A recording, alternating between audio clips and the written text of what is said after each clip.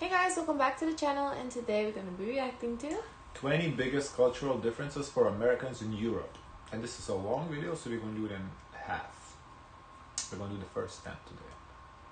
I've traveled to every single country in Europe and spent more than 2.5 years living on the continent. The city is just magical. Give me a goosebumps. But as an American, I gotta admit, things are a little bit different here than back home. It costs $3 to use this bathroom. Of course, there are many similarities. Both the United How States... old is this video? 4 months ago. Oh, Pretty recent. the price went up a lot. For the bathroom? Yeah, we heard the pricing before. About €1. Yeah. I think €3 is a little excessive, yeah. States in Europe, But also, it could be a little dramaticism for that's like the most expensive bathroom in Europe, so that's why you put it on. are leaders in innovation. They share a love for sports and produce the world's most famous movies, music, and fashion trends. Both have world-class universities, high standards of living, and share a commitment to human rights. But in this video, I want to share with you 20 cultural differences that I find between the US and the majority of Europe, all based on my own personal travel experiences. Let me know in the comments down below if you agree or disagree with my thoughts. Thank you. We're here in Salzburg, Austria, at a beautiful cafe here around the water. But the problem is, we can't order because they don't come to your table, even if you flag them down. Dude, can you flag him down? He's here. Oh, Diana got him. Good job. You're so shy. He totally ignored me too. Is it awkward? This is actually the home of Mozart, who was born just around the corner from here. I wonder if he had to wait till someone to get a table. How are you? And afrobeats. I'll have the same. Ham and cheese, toast, and then oh, sorry. Yes, thank you. Thank you, sir. And pate, thank you. It's awkward. In the US, the waiters and waitresses go over the top to make sure your experience is like top. Yeah, because they get tips. And they'll check on you every 5 minutes, like, oh, we just want to make sure everything's okay. But here in Europe, like, they don't even couch you. They basically come out and be like, hey, what do you want? Has there been times in the US where the waiter wouldn't come down like that, or no? To serve you, or Yeah. to have you seated? No, not to have you seated, to serve you. To like come initial order. No, if anything, they're in the ready to go. Like, they want to have your drinks. Yeah. Usually, it's best if you already know in advance what you want, so they could get it in, because they have to turn around tables. What they had just showed, it is common. I do remember it happening. Like, you have to, like, sometimes they won't come and you have to chase them down for like solid 10-15 minutes. Really? Yeah, that is a thing. I completely forgot about it, and we haven't really been seeing it throughout our reactions either, but it is a thing. It's not a one-time thing, because obviously, is it a one-off? And nah, But why? Good question. Maybe it is because of the tips. I don't know. That's why as here it hasn't happened. I do. If anything, say come. I do feel And here. they take care of you. Because here they put everything on the table. Let me get you a water. If you don't even know what you want, right? They go get the water immediately. Because even when we do the videos, they say like, oh, they complain, oh, in America you don't get to eat in peace, whereas in Europe they don't come bother you. So that's like one of the like good things, right? They don't bother you, but yeah, you don't get to order either. So. Yeah, I kind of like it too. In the US, they step over your toes too much sometimes, and then you feel awkward. They're like, okay, go away. Food is finally here, and man, can't get a cappuccino in Europe. Good way nice latte, but he won't eat it. I want to try cappuccino in Europe. Meal was great. Now we're just trying to pay. It's always an interesting experience. I told the guy we could pay. He goes, yes, do that. It's like walking back and forth. Excuse me.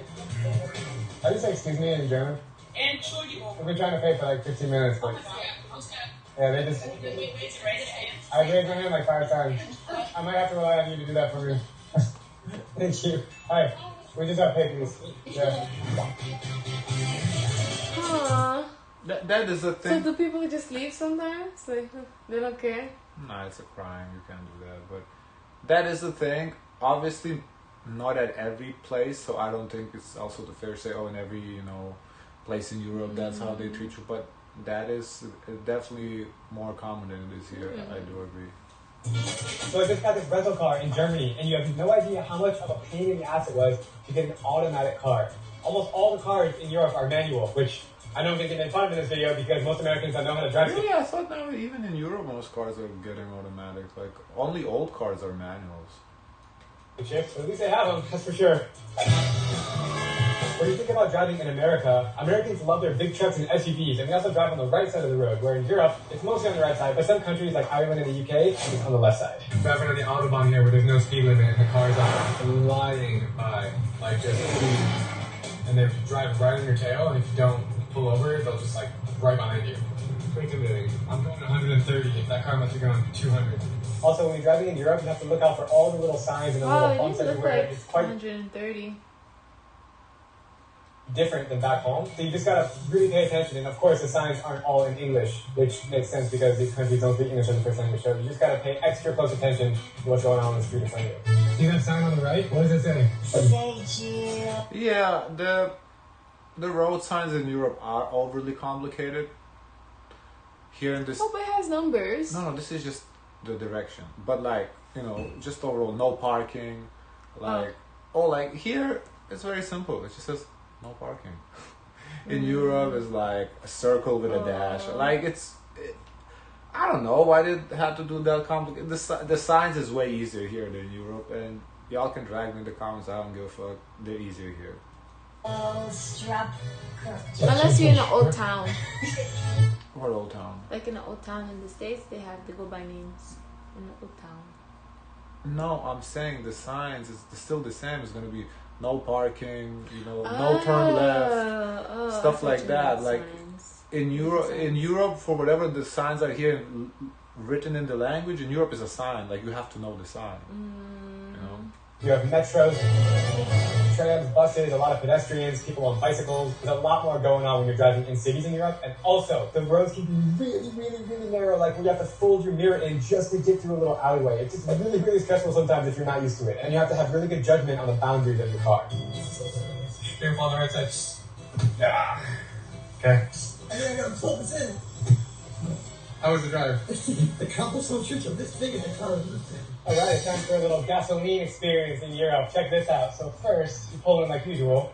But the tricky thing is that most rental cars, I don't know about most cars, but rental cars take diesel, not regular gasoline. You can't get up, otherwise the car's not going to drive. So I gotta go diesel. Choose the right one, so diesel. Not gonna drive. We're gonna fuck up the car engine. You put it in. Immediately? I'm not sure, but yeah, you can't do that. You've noticed, I haven't paid anything yet. I have not paid a cent.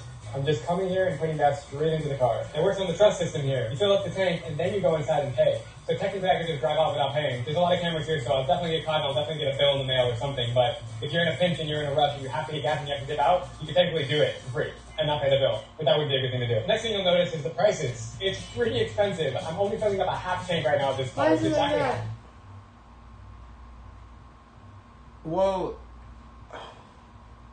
historically, I guess the gas stations didn't have like the card readers, so you kind of when you go in, you don't know, you first fill up and you go in, you pay how much you filled up. Now that we have the card readers, I don't really know why it's still like that, because you can put in the card and then they charge you just whatever. But I don't know. It's just always been like that. Yeah, I don't. But it tells you how much you're gonna pay when you go in there? When you go there and then I see on the right though, it has a card reader, I think, because you see the Euro sign, so I do think you can pay there, you don't have to go in. But I think because people are used to it, to pay after. I don't know. About $60 for a half a tank. That's expensive. And now I go inside and pay. I guess you still have to go inside. I don't know. Number 9. Thankfully offered the film in public, people are super proud. Well, it should be everywhere. I don't know. That's the good thing. I mean, I don't want to be filmed That's either. funny. That's funny. Thank you. But to be honest, it is a pretty efficient system once you get the hang of it. Americans work longer hours and get fewer vacation days than Europeans, almost across the board. In the US, the average worker gets about 2 weeks of paid vacation per year, while here in Europe, employees often... Back to the gas thing. I do feel like paying after makes more sense. Kind of like at a restaurant, you don't prepay. Yeah, give me $20 worth of food. No, you first eat and then you... So at a gas station, it does make sense. You first fill up exactly how much you want and then you go pay. Here, I guess, people are just going to steal. So can enjoy up to 6 weeks. Europeans like to call these breaks holidays, whereas we call them vacation. The two words essentially mean the same thing. What if you don't have the money to pay? Good question. I don't know. They call the cops? I don't even know. Because what, are they going to suck the gas out of the tank? I don't think nobody going to do that. Yeah, excellent question. I don't know. I don't know. They take their leisure time very seriously. If you just visit any park in any European city, you'll see people out frolicking around, having a picnic, going on a bike ride, or simply just laying there. I mean, the same thing like at a restaurant. What if you don't have the money to pay? They tell you to go wash the dishes. I only heard that in the movies. I don't think that actually you happens in real life. wash the dishes, you do some labor. I don't know. For a few hours. I don't think that happens in real life. So I think they just call the cops. Yeah, it's basically theft. It's spending the whole day outside. In America, we have this culture of being really busy and overworked and feeling like it's a good thing. Like we strive for that. We want that. Where in Europe, it seems to be the opposite. Yes, you can make the argument that this is why so many innovations come from the US, because we are go-getters, which is awesome. But you can also make the argument that Europeans do enjoy their lives more. Many Americans see long hours as a sign of productivity and success. They often brag about their packed schedules and time spent at the office. Europeans, on the other hand, value downtime and believe taking time off to recharge is essential for well-being and productivity. That's what I like.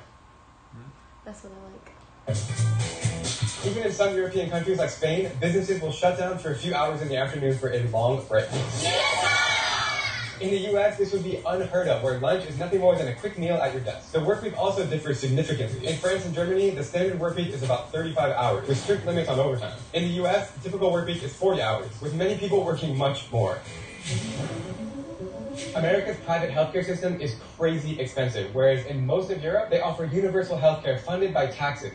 Americans will often go to the emergency room for urgent care, while Europeans see general practitioners regularly and have easy access to local clinics. In the US, having a medical emergency can bankrupt you. In Europe, you're covered. Americans deal with high insurance premiums, copays, and out-of-pocket expenses. Many Americans will actually avoid seeing doctors because of the high cost. Europeans simply do not face these barriers. Regular checkups, specialist visits, and surgeries are generally free or at a really low cost. The focus in Europe is on preventative care and early treatment. The US system emphasizes treatment after problems arise, often leading to higher costs or worse outcomes. Another huge difference in healthcare is the cost of prescription drugs. In the US, they are so expensive, whereas in Europe and most of the world, they're way more affordable.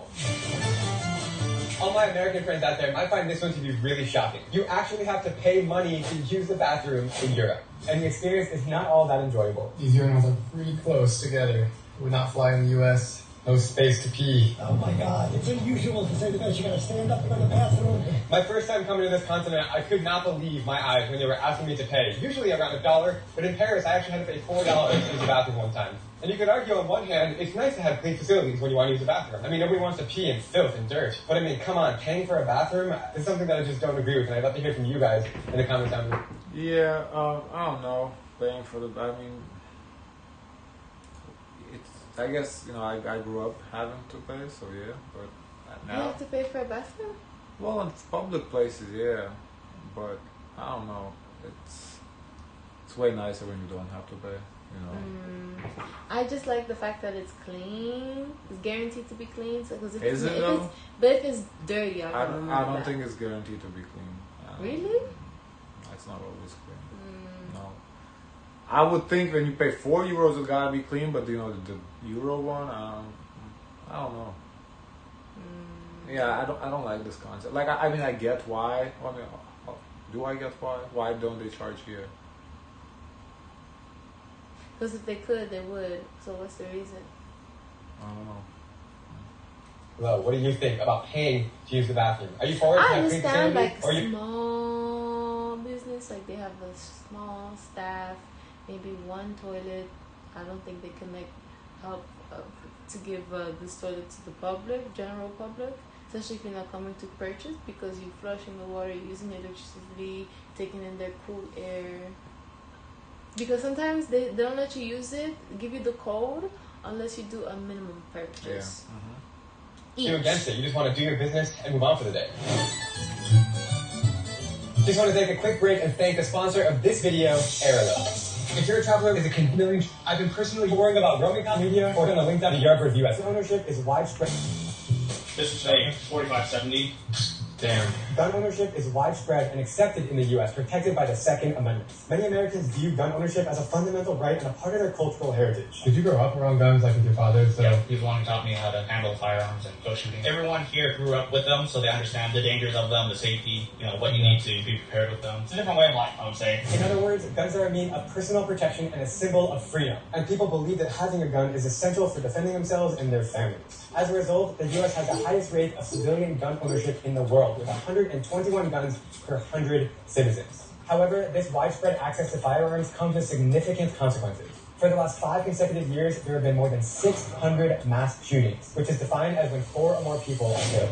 We are learning new details about a mass shooting. Suspect fled, setting off the police chase before crashing into a ditch. This statistic is really alarming, and it just shares the downside of having guns in the U.S. It's honestly terrible, and my least favorite thing, if I had to pick one, about United States society. All the killings with guns. It's just so sad. I'm numb to the news, and I don't even know what to say when I hear about another shooting. It's just really, really, really terrible. In contrast, Europe has strict gun control laws and much lower ownership rates. In fact, most European countries require extended background checks, mandatory training, and valid reasons for owning a firearm, such as hunting or sport shooting, not just a casual, everyday gun owner. These strict regulations make it difficult for the average European to own a gun or to get a gun, which as a result makes gun violence extremely rare in Europe. And I gotta be honest, it's much safer here than in the US.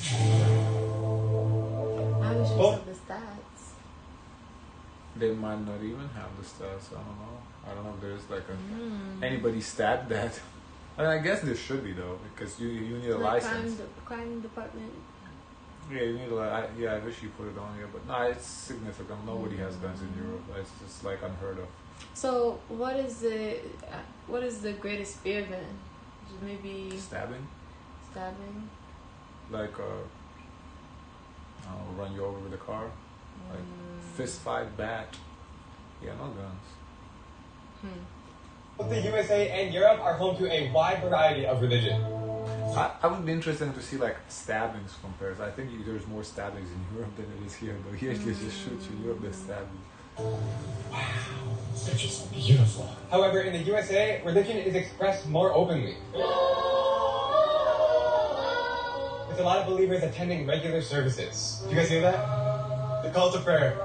I just got goosebumps. I can't believe I'm in America right now. The U.S. is predominantly Christian, and churches play a central role in community life, often hosting social gatherings and charity drives. Public expressions of faith are common, such as prayers at sporting events and religious symbols in schools. You'll also see that in big cities, they organize religious festivals and parades.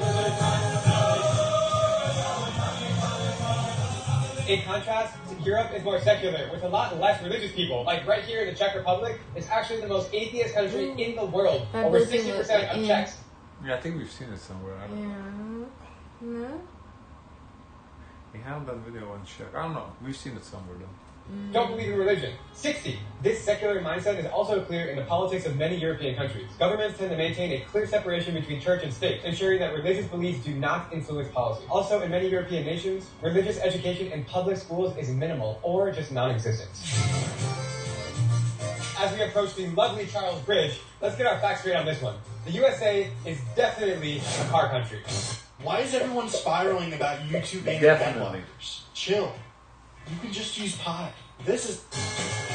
The majority of Americans rely on their personal vehicles for daily commute, whether it's to work, to a restaurant, or just to the store. We also have a crazy highway system, which makes a car kind of a necessity. This reliance on cars results in a high cost for gasoline, waiting in lines, parking, all these other things that come along with having a car for Americans. Oh, and don't get me started on traffic. It's the worst. Go to Los Angeles, San Francisco, Dallas, New York, Chicago. Traffic is the worst. Europe, on the other hand, has extensive public transportation networks all over the place. Trams, buses, metros, rollerblades, electric scooters. We just rented the scooters, and we are flying through Rome, which is pretty awesome. Driving through the Roman Forum. It's almost like public transportation starts and ends in Europe. It's so immaculate, so clean, so reliable, so safe, and so easy everywhere on this continent. Cruising around Copenhagen, with my grandpa on a bike. You think it's different in America? Oh yeah, you can't ride your bikes and your cars on the same street. As the sun starts to rise here in Prague, I'm just getting goosebumps just looking at this view. Look at this. Does not get any better than this. Absolutely crazy. Anyways, as I was saying, European cities like Prague are literally designed with public transportation in mind. It's also super easy in Europe to take a high-speed rail train to any city. Again, I have to side with the Europeans on this one. I'm outside Dresden train station and headed to Prague, and I'm going to show you how easy and convenient it is to take a train in Europe. Let's go. When you walk into train stations, they feel more like airport terminals. Everything in here that you possibly want or need. Food, clothes, bakeries. And they're nice. Like, you want to be inside these places. Look at them. They're huge. Look at this. All the train stations here have a lovely dome. Although getting a ticket is sometimes a challenge. You just got to figure out where to go. We're going to go to English. Then we're going to go to from Dresden to PR Prague. Aha. It's just so easy to take a train here. Platform 13. You go here, you wait for the train, and that's it. You show up 5 minutes before. What's cool about taking trains in Europe is that it's encouraged, and everyone does it. It's just easy and simple, and you can go long distances, short distances. Europe's really got it down, and I wish the U.S. could have a train system. Yeah, we have an Amtrak, but I've never taken it. I don't really know anyone who takes it. I wish there was a train that connected Phoenix to LA, LA to Vegas, San Francisco to Seattle. I think Way more Amtrak convenient. is not bad. I've taken the smaller one, but Amtrak is not so bad. I don't think it's that we don't have them per se. Obviously, it's not as developed as Europe. That's a fact. But it's not that we don't have them. We do have them. It's just, I think, culturally not popular to take. Or yeah, normal to take. Yeah, them. it's just not as normalized as it is in Europe. I think that's the thing. Because I think in New York, I'd be more likely to take a taxi than in Miami. I'm going to take a taxi. Probably, yeah. The roads are more packed, smaller, so it's faster. So, yeah, I think it's just more cultural mindset about, public transport than because we have transit. It's not perfect. It's not as good as European, but options are there. It's just people choose not to take it.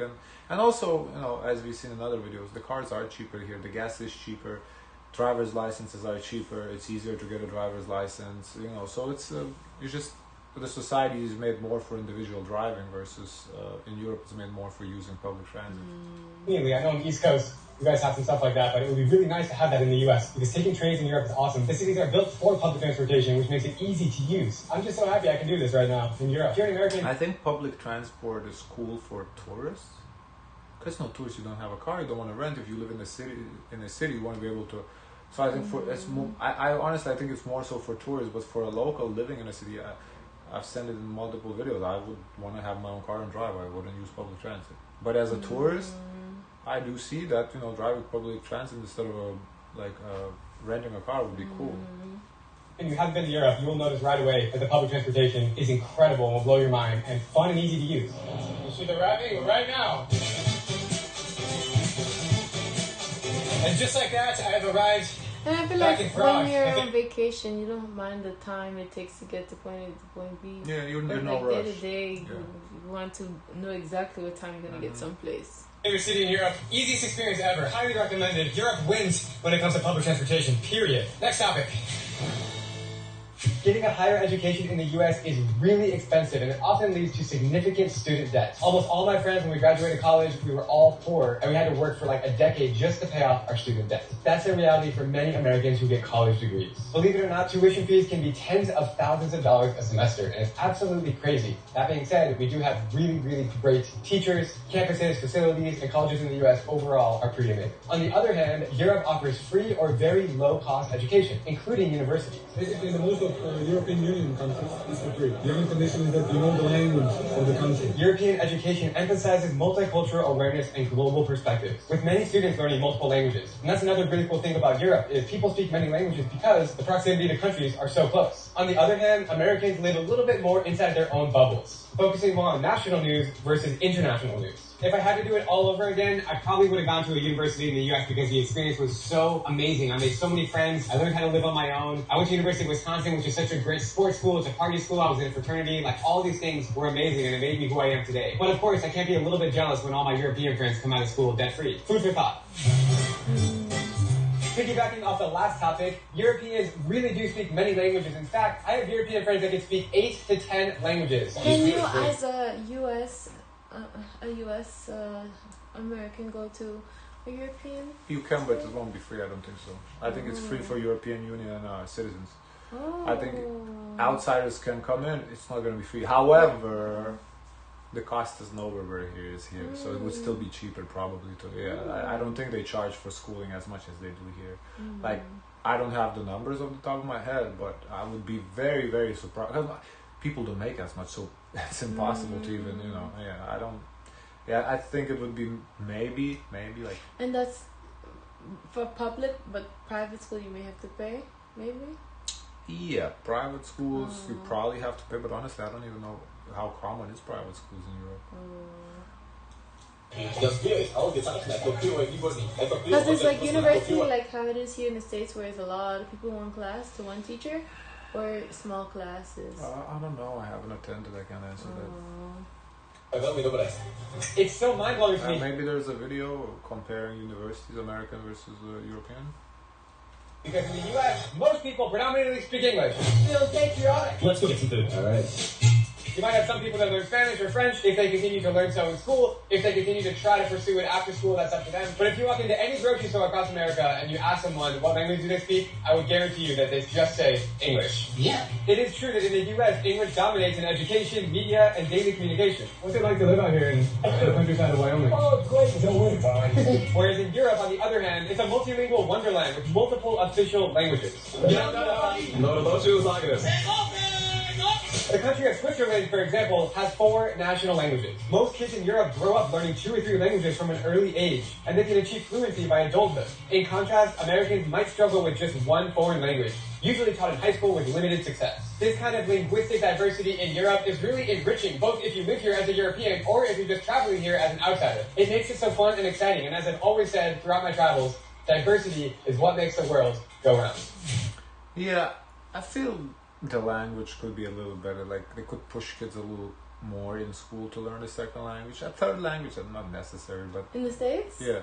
They But- do. They make it a requirement. Yeah, but it's only like very basic. Like it should be like to a point where you basically become fluent almost in that second You language. think in classes you could become fluent in a language unless you I think like so, yeah. I would- major in it? No, not in college. In high school. In high school they make you take a Right, requirement I think you 2 can become years. fluent. Really? I don't know. Because, well, for me, I took English for Lithuanian. Basically, started at 4th grade. So from 4th grade. So from the 4th grade, that's different. But only in high school. That's what I'm saying. So they should make it. You would take it early, so you basically learn the language. Period. I don't think it's a bad thing. I think they should. Third language, though, I don't think it's net. If you choose to do that, that's good for you. But I don't think you need to. But second language, I think it would be a nice little addition to know. Because I feel like in elementary school they teach you like the basics, but then you hear the same basics again in middle school and the same basics again in high school. Really? Yeah. For us, it's every year is new. It's all, every year has been new. It's like maybe like the first week or 2 you kind of refresh what you learned the previous year, but then you new stuff. You keep adding every year. You keep adding on. Because what we don't have is like like the courses doesn't evolve. Like if you took math in elementary school, you're gonna get a different math in middle school, and then a different math in high school. So like for example, maybe a better example. No, I get. But what I'm saying is like, so first year you learn in first class you learn addition, subtraction. The second year you're gonna learn multiplication, division. They don't do that for language here. No, not language, or math. No, okay. Yeah. So like the third year you're gonna learn fractions, or something like that. I don't know exactly, but so like you keep piling on that knowledge. So like in language sense, you would be like first year you learn like the basics. Hello, how are you? Cat, dog, like that type of stuff. The second year, you maybe start learning to form a sentence or something. The third year you obviously expand vocabulary, more difficult sentences. The fourth year maybe you start learning the grammar. Because here the most you can do is AP, and it gets into like formal writing. But before that, you probably have like in the language 1, 2, and 3, and 4, and it's pretty much the same. The thing that you learn, there's no like. I don't see how you could be fluent unless you took a major. No, but language. that's fine if you can't be fluent. It's not fine, but I mean I get if you can't be fluent here. I'm saying they should change it to a point where you could be fluent. Because I feel like they need phenomenal teachers. Not the teachers, the system. Because I feel like in Europe you can become fluent just through school. Obviously, you'll be shy to speak. You know that. That's different, but you will have full understanding of the language. That's how I learned English. I learned I think English is fairly easy though. Spanish is easy too. Spanish is easier than English, if anything. Like, I'm not saying learn the hardest language, no, but Spanish is easy. Spanish is really easy language. I think English is easier than Spanish. I don't think so. I think Spanish is easy. Especially for like major European countries that are all speak Latin, Italians, French. I think for them Spanish is cake. It's a lot of same words. Guys, of course, let us know your thoughts. Don't forget to like, comment, and subscribe. Join the Discord, and as always, share as much kindness as possible.